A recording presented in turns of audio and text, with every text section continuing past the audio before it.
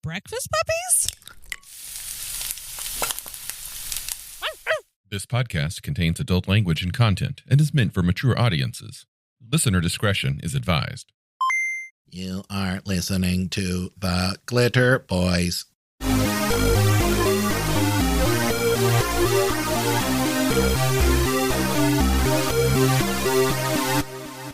Coming in 1982, Palladium Books presents The Journey, Mechanoids Book 2, and Homeworld, Mechanoids Book 3. I was 5. I was 2. So we're going to continue our conversation here with The Journey, which originally sold for $4.95. God damn. A screaming deal at that price. I'm jealous. Well, you think about it, like, that was what? Minimum wage was like $3.75 or something like that at the time. A little over an hour's worth of work. Yeah. I think my brother's allowance each week was $10. So That's good allowance. that's one game that you get to get. And Yeah. I would totally spend half of my allowance on this game in 1982. Absolutely, because you could pick up dice for the same price. Mm-hmm. So the next book, what it immediately does is give some of the same stuff, how to play a role-playing game, yada, yada, yada. But then it immediately goes into the invasion events and updates it as to what's happened since book 1. God, the casualty rates in there. They're depressing. Yeah. Ugh.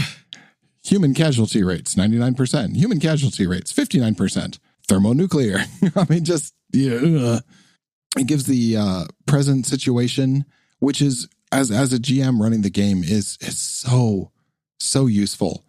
I would play so many games that gave you, here's what's going on in the world right now, because there's all the hooks you need if you have any kind of imagination at all. Whenever I want to buy a game book, I love it when they just break it down right there at the start by numbers, by days, by showing everything going Literally on. by the numbers, yeah. Present situation of the colonies goes into the overriding theme of this book, the plan to evacuate Gideon E via orbital shuttle dock and penetrate the massive Mechanoid mothership. This ship is approximately the size of North America. Right off the bat, you know what the plan is. When you think about it, a ship the size of North America is penetrable. You can live within the walls as some sort of techno rat. I mean, it's very doable, and it's literally the only option you have left. You can't fight the numbers. You can't fight the tech. You got to get inside. The best part to me about that in this book is it sets that up right there. And then if you flip further back in the book, you see, oh, there's a whole campaign set up where if we just want to pee people that have been living in this ship for however long, for generations, we can be survivors or descendants of survivors from the Gideon E planet. But you don't have to do that just yet. If you want to pick up where you left off with the previous game, this book has you covered. In fact, it even gives you new toys, like a fucking battle cruiser that you get to use, a hover battle cruiser, mind you, that you get to use to fight the Mechanoids while still on Gideon E. It has everything set up here for you to take your previous campaign to a next few adventures. I'm looking at you, Falling Skies, the TV show. Yeah. You can take that formula, add in some new tech, some new gear, make some major last desperate attacks against the enemy, realize that it's still ultimately futile, commit your children to getting on this ship in the hopes of one day destroying these fuckers forever. And then you Robotech style horizontal swipe wipe, run the credits, and then wipe over to the beginning of the next series, which starts with the children who have already passed on into the mecha afterlife, now living in the underbelly of this massive mothership. This is badass. You can play it either way. You can take your character there, or you can just scene wipe.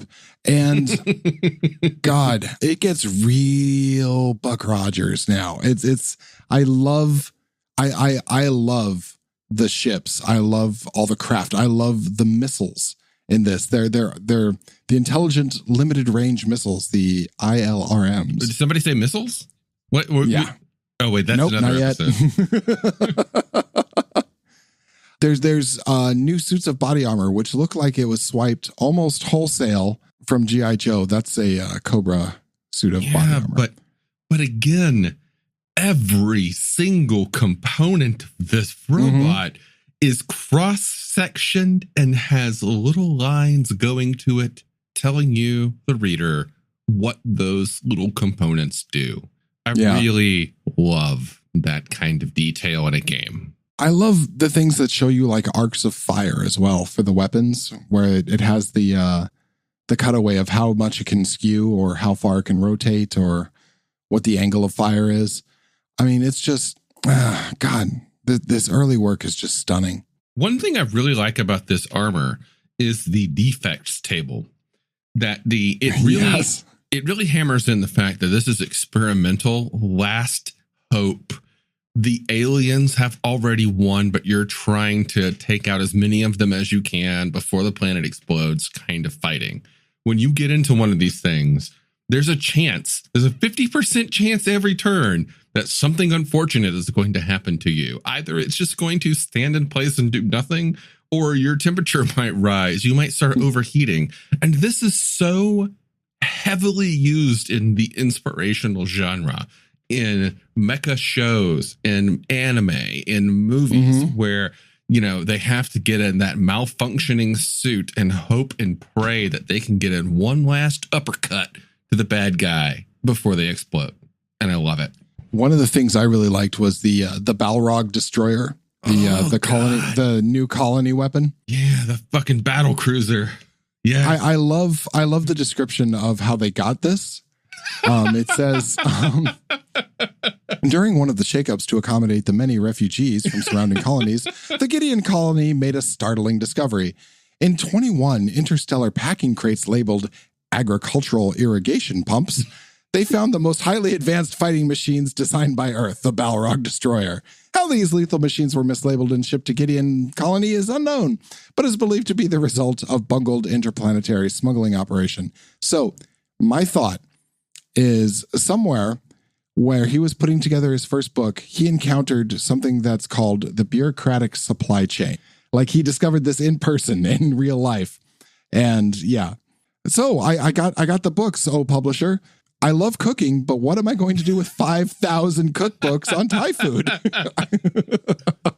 I'm immediately getting game inspiration ideas from this, though. Imagine flashback 1982. You're the game master who's buying these books. You loved the first book so much that you went to your friendly local gaming store where everybody smokes inside. The books all smell like cigarettes. You went up to Dave, the guy at the counter. Dave, I know you. I'm talking about you. You went up to Dave and said, man, let me know when this book comes out. And he gave you a call. The moment this book arrived at the store, you go, you pick this book up, you're looking at it, you're fucking loving it. And right there at the beginning, you see this thing, you see the description, you see how it was found, and suddenly you know, I know how I'm going to introduce this to my players.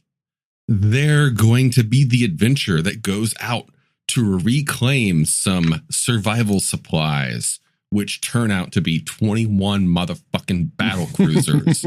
Imagine the look on your players' faces. Yeah. As they open the irrigation pumps. Right. They're expecting to pick up like, sump pumps and weed whackers, and they find 21 goddamn battle cruisers.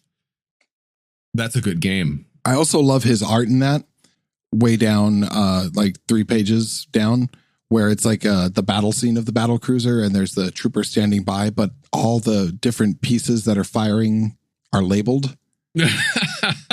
I just fucking love the detail. Yeah. I early Palladium books following this sometimes did this. Like there were a few. The Glitterbois. The Glitterbois is a fantastic example of this mentality still in action. Unfortunately, they abandoned it. It just got kind of expensive, I guess. They didn't want to. They wanted to save time. but I miss it. The amount of material they still put out to this day is staggering. And while we like to tease about, some projects that are, were promised in the 90s and we're still waiting for. We'll get to those very shortly. I couldn't imagine keeping up to a release schedule like this, especially not with one person oversight. So I'm prepared to forgive a great deal. It also goes into the first race of Gideon E, the Golden Ones, one lone survivor, Salendar, who joins the colonists with his advanced weaponry and helps them to fight off the final battle of the Mechanoids as they are destroying the planet. In this book, they're actually, how on this might date me a little bit, but in snail mail, you can get a book of stamps with perforations. They're kind of doing that to the planet. They're drilling things to bust the planet apart and setting charges. There was a video game that I was really into called Dead Space, and the entire corporate setup of Dead Space, which, by the way, is only background. It's not the plot of the game, but the background is that you are on a planet that has recently been, as they call it, cracked by this mining corporation called, I forget the name of it. But what they do is they do this thing called planet cracking. They just go and find a planet full of resources. They carve out a massive chunk of it. They set up little laser dots around it. They're like, okay, these are where our fucking little pods are. We've got our little survey beacon set up. All right, cool. Let's crack that pop. And they just pop out a chunk of the planet, like a big old diamond shaped chunk of the planet. And dear God, just the hubris of that. One thing that I really like about this guy is, one, he's the last of his kind. So I really like seeing that kind of a thing in a game.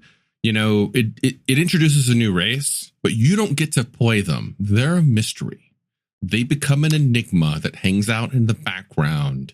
They can do cool things, but they're the only one, and it's kind of a tragic setup. But also, look at this guy's gear. It is so weird looking. It does not look like anything that you would imagine a sci-fi creator thinking, oh, I'm going to create some spaceships where they're just going to look like some F-14 Tomcats here, and I'm going to fucking put them in space and just give them some organic edges or something. Look, they're bubbly. What is this? Is like, I can't even explain it. This is like a lozenge with laser guns. It's it's beautiful. That said, the Oracle ship, that looks very Zentradi. Yeah. But that's a Mechanoid thing. That's not Salendar. He does have a cool freaking laser sword shooty thing, power rod. Yeah, and that actually does it connects to some of the underground alien ruin stuff from the previous game with like this the spheres and whatever. It's a very interesting setup, their technology. You can tell the various artists, including Kevin's journey here, as things start to get a lot more detailed and a lot more like the octopus mechanoid. It has the same labeling and all that kind of stuff, but just the articulation of everything gets a lot less primitive real fast. Oh yeah. All of it looks really good. You have upgrades to things you learned about in the first book, like the runners. Now they have a more mobile suit. The brain mechanoids get basically a troop carrier. You have some just completely new classes like the Exterminator and the Black Widow. And then you have some things that they're not there to fight. They're just they're what they're using to crack open the earth. Should you wish to delay them, there's some thought there, and it has what's in them, how many of the different kinds are working there, what the damages are, what the structural capacity for things are. They're hauler type stuff. 3 different versions of that. You have the Mechanoids battle cruisers. Yeah. I mean, and we're talking big stuff here. The entire level has gone from we are the stunned survivors, but we're banding together into defense, into more of an integrated battle. And the stakes and the weapons have gotten correspondingly bigger in this second book. What I love the most as a game master, and this is something that I've really loved about earlier era Palladium books, when you finally get to the actual subject matter of the adventure itself, when you've made it past all of the stats of creatures and gear and whatnot, it gets into the, why you're doing what you're doing and how to set up a campaign that takes place in the bowels of a mothership. It maps that fucking ship out. Yeah. It goes with a cross section, then it goes section by section inside said cross section, floor by floor, room by room, random encounter tables. This is a continent-sized dungeon crawl, and it's glorious. In case you get really squirrely, like you become super able, it also lists its structural capacity. For example, the wing-like protrusions of the ship, small overall, has an SDC of 40 billion, just in case that number is important. It might be important. Who knows? Well, that's I guess it's kind of a rib at TSR, who in their Deities and Demigods book gave stats to God. So it's like, we're going to have more SDC than God. Yeah. I love all of this because it not only gives the step-by-step, but in the it gives random encounter tables for each type of area, and they're thought out. They're things that should be there. It gives you how often you should roll. Like the master computer, roll every 8 minutes. Engineering section, roll every 6 minutes. It's really good. Junctions, type 1, type 2, and 3. You should roll every 10 minutes. And then, if you ain't got anything else to do, it gives you goddamn space wizards. Oh, I thought you were going to release the dragon next, but okay. I'm looking at the space wizards. Yeah. Alien magic. Seriously, they're horn-headed space wizards, and they're amazing. Yeah. And then it goes into some of the other things. There are the mutants who have been exposed to the various things within the ship. They could be human. They could be the rovers. It gives tables on that. It gives the battle teams of the humans, the sleeper teams. There's the mech pet. They upgrade the rovers. They give new areas of expertise. I wonder if they included this magic just because they were gearing up for Palladium Fantasy. When did that come out? Early 80s. I have to. It might have already been out by then. I don't know. I know that Star Wars was now pretty popular. So space wizards and of course that weird singular proto-aliens laser sword kind of thing are probably put there as a nod to players who are expecting to have some kind of Star Wars shit in their game. The schools of magic, like elemental spells, energy moving, dimensional types of spells. Yeah, all different kinds of stuff. There's interesting stuff, though, like dimensional spells, level 5, coexistence, 15 ISP to cast. I mean, it's just, it's really cool. These are thought out spells that I wouldn't mind seeing a resurgence of. And even after the magical section, the book keeps going. We have more stuff for the game master specifically. Like, okay, what are the Mechanoids really up to? Well, here's what you need to know about that. And what's the detail on the ship that the players probably shouldn't know? Here's the detail about that. But my favorite part, the last 2 pages of the book, they go into details on the societies that might spring up of humans in the generations that will pass while you are riding along in this mothership, complete with governmental systems and thoughts on magic and technology and just societal standards. I love this. I like the amount of critters living in the ship. I mean, there's that list there, what their populations are, what their relationship to humans are, what their intelligence is, what their degree of hostility is. I mean, robots are, good. There's 192 billion there. And, that's what kind they are.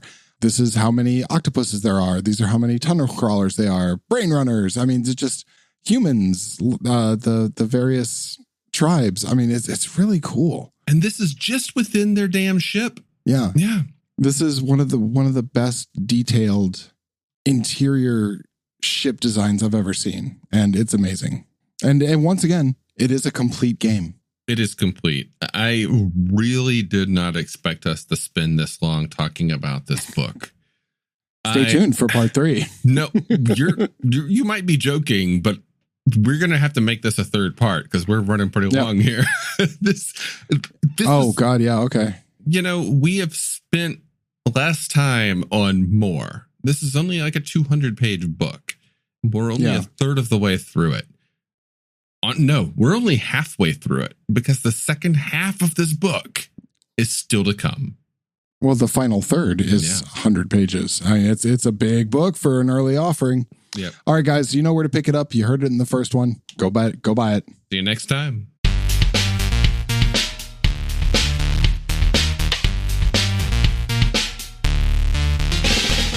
You've been listening to The Glitterbois, a Palladium Books fan podcast.